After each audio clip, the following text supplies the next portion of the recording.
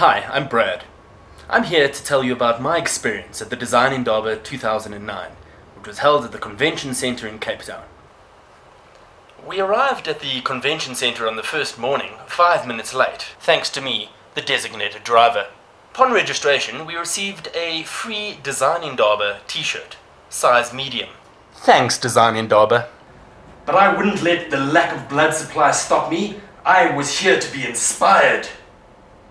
The caliber of international speakers was startling, from the clinically insane, to the arty, to the genius, to the absolute boring. You name it, they had it.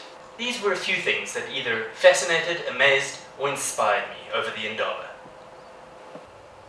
A butter stick, like Pritt glue, to butter your toast. Genius.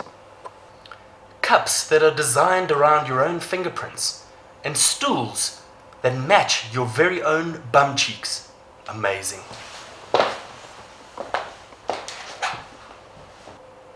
I learned that syphilophobia is the fear of syphilis.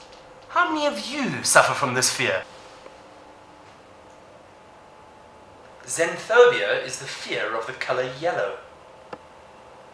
The color yellow? Ideaophobia is the fear of ideas. Please, keep these guys away from Julian. I also learned that the flip side of fear is fun, and we shouldn't take ourselves so seriously.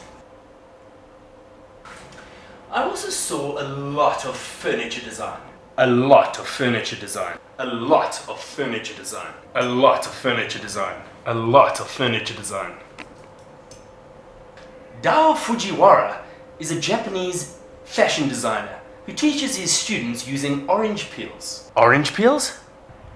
A pair of interaction designers taught us that bees can detect explosives, as well as human illnesses. Bees? Dwayne Spradlin is the CEO of Innocentive.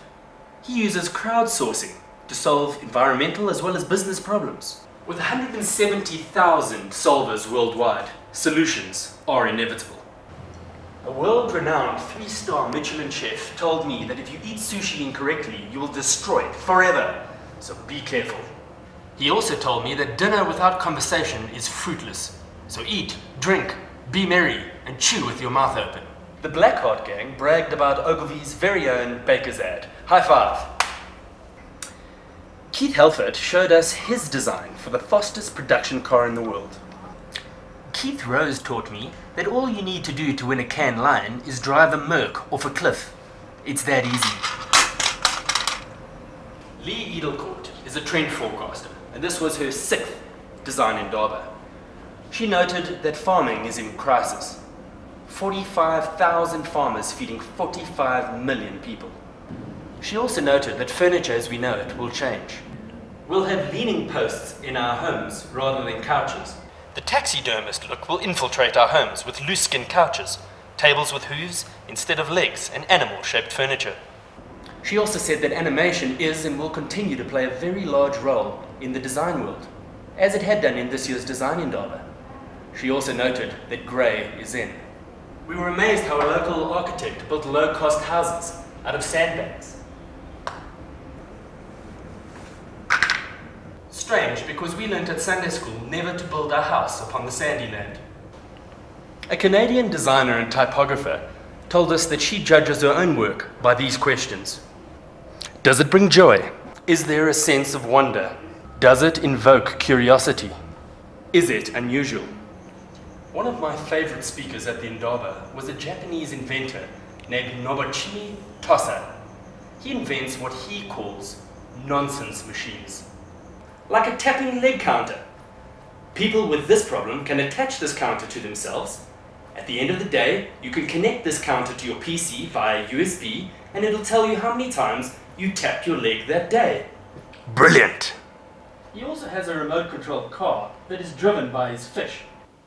It's a car with a water-filled plus sign on the top. If the fish in the water swims forward, the sensor picks up the fish is swimming forward and moves the car forward.